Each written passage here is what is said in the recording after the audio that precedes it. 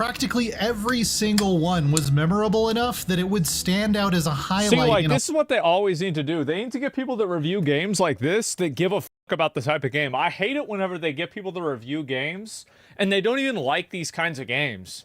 It's like you have me review FIFA. I say it sucks. No, it doesn't. I just don't like FIFA. Picking up immediately after the events of the first game, Blacksmith turned Squire Henry and his idiot Lord-in-Chief Hans Capon. Okay, this is going to sound like a nitpick to start with, but it's very clear throughout this she really does not like Hans Capon, and that's absolutely fine. You can not like a character, but I think it really goes into the narrative that something starts to reveal itself slowly throughout this review, and I'll get onto that. The first little nitpick of that was the fact that she really doesn't like Hans Capon whatsoever. Feels like he has no narrative arc and stays exactly the same throughout, which, as you can probably tell, starts to hint towards some of the falling points of this review in general. This is the exact moment a band of local bandits decide to attack and murder everyone, causing Henry and Capon to flee with nothing but their soggy bottoms intact. A daft and cringe-worthy setup in equal measure, but it nevertheless does an effective job of doubling the stakes for this sequel. Okay, about this point, I agree. This is a fantastic moment that really sets you in the stakes of Kingdom Come 2. You see, the first game we completely built off from Henry being, well, a blacksmith's son that didn't have any particular skills other than being able to make a nice sword and being sad about a woman we've only just met. But it's the phrase daft and cringeworthy that really juxtaposes the actual decent point of what this scene is trying to do. Okay, I'm going to play you this cutscene in its entirety, and I'd love it if you can make your own judgments on the phrase daft and cringeworthy.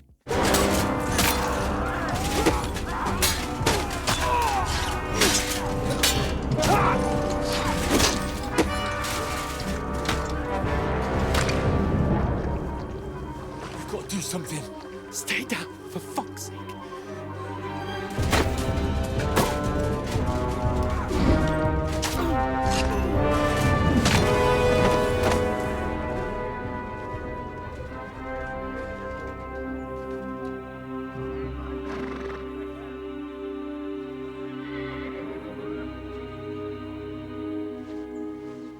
This is one of the most shocking and brutal things within this game that actually happens. And don't get me wrong, this game gets really dark at points, as well as its more fun and light, jovial moments.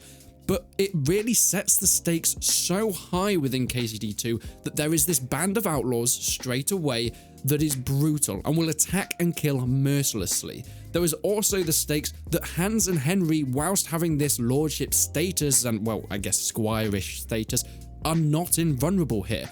Despite being on noble errands, they are just as at risk as anybody, because it wasn't like the bandits chose to spare Henry and Hans. No. They just were not in the wrong place at the right time. In fact, the rest of this next hour is Henry and Hans getting chased down throughout the woods from these bandits who are consistently trying to kill them. This means the stakes are so incredibly high, not just setting you up for the fact that we are not in familiar lands here, but there are people who we don't quite know whose side they're on that are hunting us down. And it is done in a manner that is so incredibly impactful that I was genuinely sat at my computer desk with my mouth hanging open. From the light and jovial moment of Henry and Hans trying to flirt or chase these women to try and get them, to all of a sudden that being stripped away from them back into the reality of, we don't know what's going on here. And I adore this sequence within KCD2. It's sentences like this that not only contradict a lot of the game and what's being shown on screen, but contradict itself within the same sentence. Daft and cringeworthy, but sets up the stakes of the rest of the game. I don't see how those two can go together, as a daft and cringeworthy setup would not show the severe stakes that we're about to be in. The game doesn't seem all that bothered about what those earlier events actually were most of the time. After picking one of 3 classes to determine your starting crop of strengths and perk points, Kingdom Come Deliverance 2 effectively acts as a clean slate to what's come before.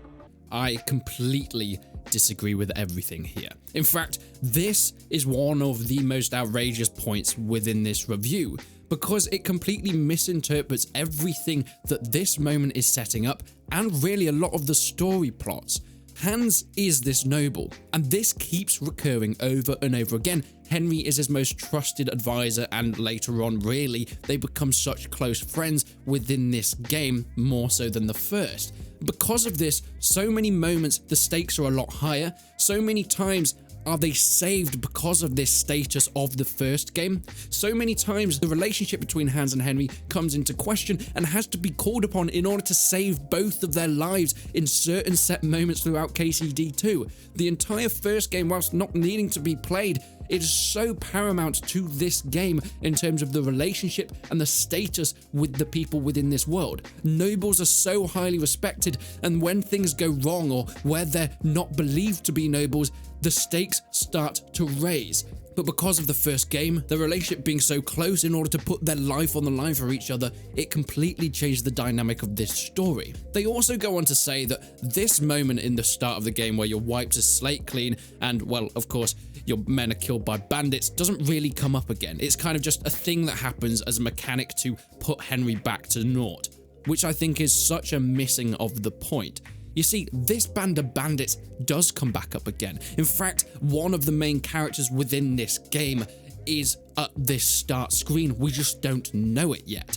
In fact, it is such a sticking point for about halfway through KCD2 where Henry and Hans don't know what to do because of this initial experience. They are in constant turmoil with their decisions of which side to take because of good and evil on both sides of the spectrum within this raging war. And this is why the initial encounter at the start is so important. There are multiple characters here that come up not just 10, 20 hours in the game, but all the way up to 100 hours in the game later, and this moment is always called upon as how they met and the starting point of their relationships to how they can make their decisions later on.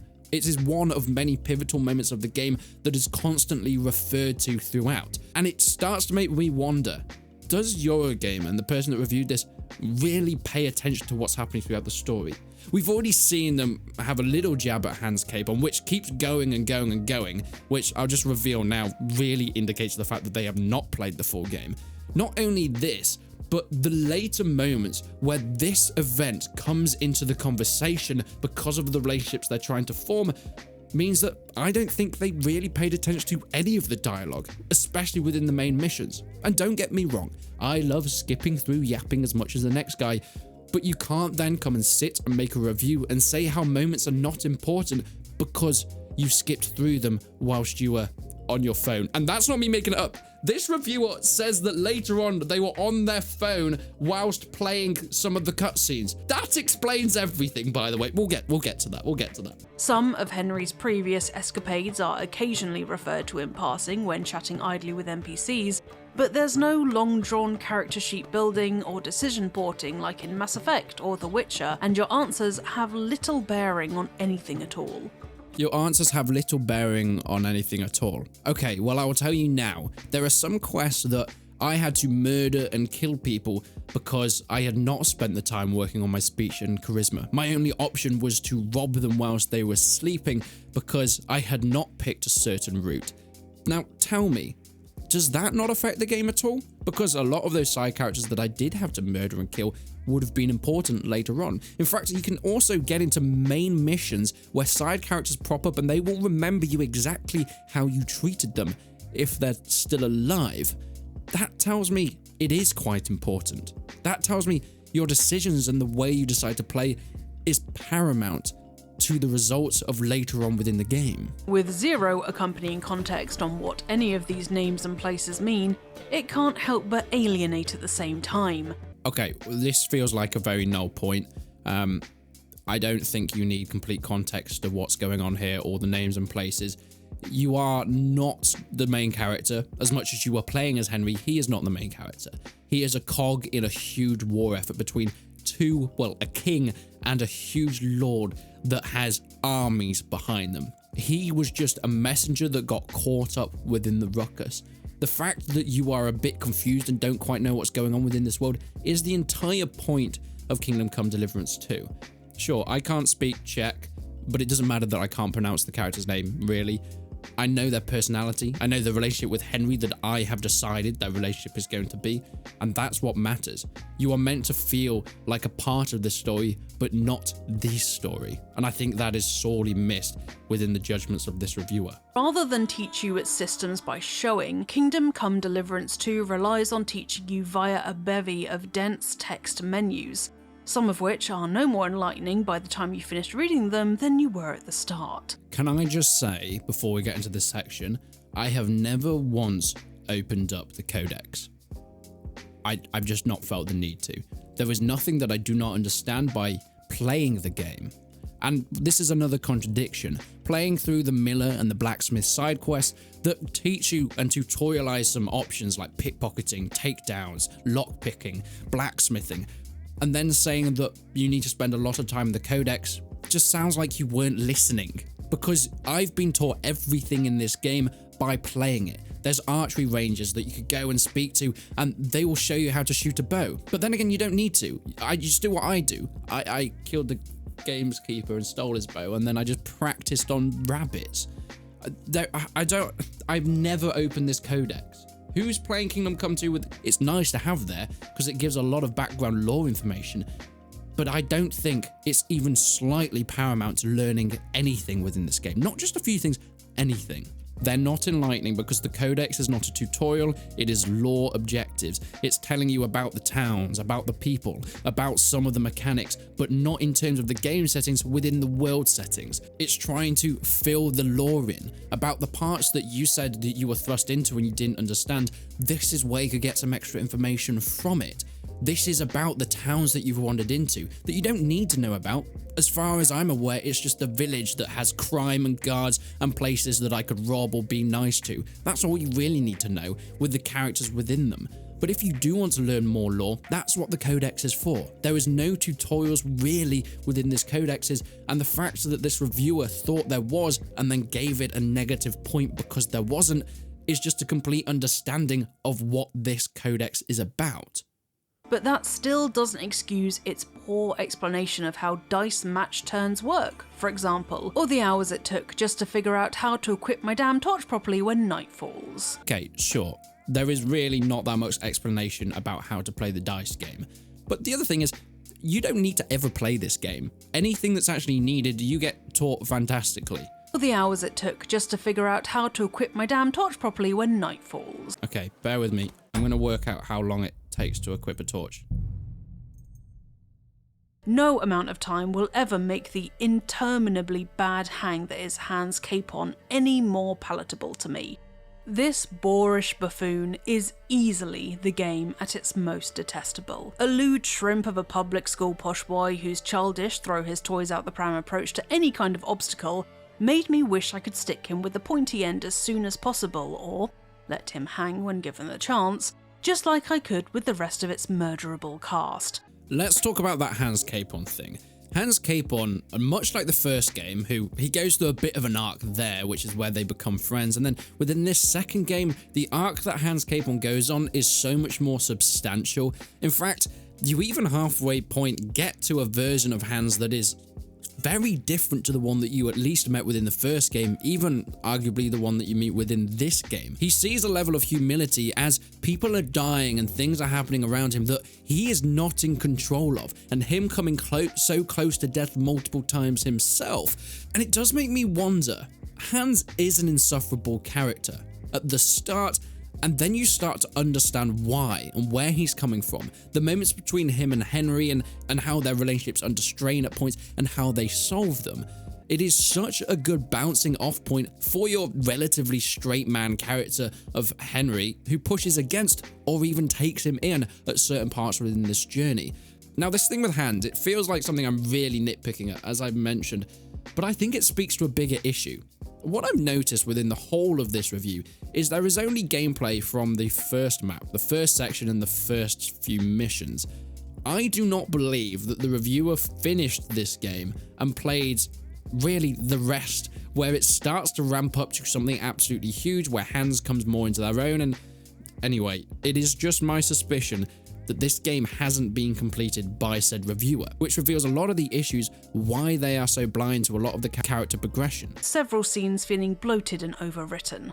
I often found myself reaching for my phone to help drive away the boredom in these moments, especially during the long stretches of horseback riding where control is wrested away from you completely, leaving you to passively follow along for minutes at a time while fending off hailstones of exposition. And yes, that she did just say that she's on her phone half the time. Sure, that could be a criticism of the game's yapping, which definitely does happen. I don't know how you can have this thing where you admit you're on your phone and you're bored, but then criticize some points within the story where nothing's happening, or you don't understand points, or you've not seen a character progress. They were all hidden in the dialogue that you weren't paying attention to because there was something more interesting on TikTok.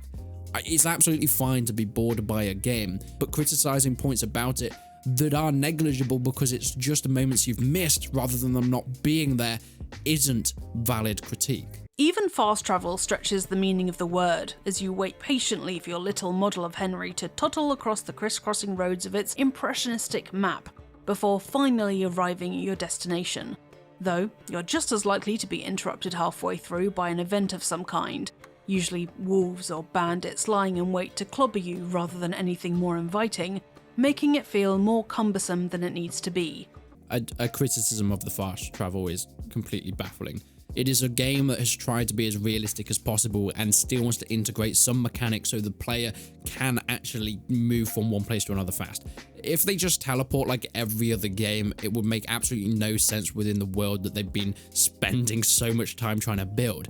The next best thing is to have the module just speed up through time, and this is the same if you press T and you forward your clock or you go to sleep. Everything still happens around you. You can't just stand in the middle of a crossroad, press T and wait for time to speed up, because you'll get attacked or guards will stop you for loitering. And it's the same with this fast travel. The world still has to simulate moving as you want to do your speeding up traveling moment. So you'll still get attacked by bandits, you'll still be able to stop and find quests even if you're in the fast travel screen. It is one of the best ways of doing it and an incredible mechanic. But these events that are seen as a criticism for interrupting your precious fast travel is why this game, at least for me, is so well done. Because there's a risk reward to everything. You can get from one town to another faster if you really want to. I mean, not in-game faster, but in terms of you and real life, you don't have to sit there as long. But it's a risk, because you can get attacked by bandits, and you won't be able to sneak around like you do if you decide to ride them manually. That is a risk-reward structure that means that you can break the fourth wall in some ways, but only on the game's terms. Especially when the combat systems remain one of the worst tools available to you to try and defend yourself with. Like before, an easily worn down stamina bar governs the limits of your physical abilities in any given fight, turning most scraps into slow, comical dances of swings and recuperating roundabouts. But many of the weapon choices here feel quite limp and lacking in heft a lot of the time. Okay, this part about the combat does make me think the reviewer thinks that we're playing Assassin's Creed. The combat within this game is as good as you make it. If you actually train in, I don't know, one-handed swords, you're going to be great at using it. And you're going to be able to get your counters in, you're going to be able to get your grapples in, you're going to be able to take out enemies really fast. And if you don't, yes, you're going to find it an issue. The combat is not a click a button and do a takedown. And if that's what you expect, you're not going to enjoy it. It can be long slugs, especially if you're fighting against opponents that are much better armored and much better skilled than you. But that's the reality of an RPG. I find it hard when this combat system is so intuitive and so well done. And sure, it isn't without its flaws, especially when it comes to fighting multiple opponents, although that has been improved from the first game. It gives you the option to make it as easy or as hard as you want. And because you have chosen to make it hard for yourself, you've then gone to complain that you find it difficult. It's still a little too eager to jump into more juvenile territory when women enter the picture, especially when Hans is around. But at least its romance buffs are a little more tastefully named this time round. Okay, I'll give a bit of context to this. In the Eurogamer review to the first Kingdom Come Deliverance, they didn't like how sleeping with a woman would give you buffs and say how satisfied you were. Unfortunately, that is the game you are playing. You're playing a game that is simulating the medieval world. So there's going to be honorable people, there's going to be great people, there's going to be scallywags and terrible human beings and everything in between. I think praising a game for being an RPG and letting you play however you want, whether it's in missions or in the world, and then saying the game shouldn't allow players to do one specific thing is complete contradiction once again in the same review.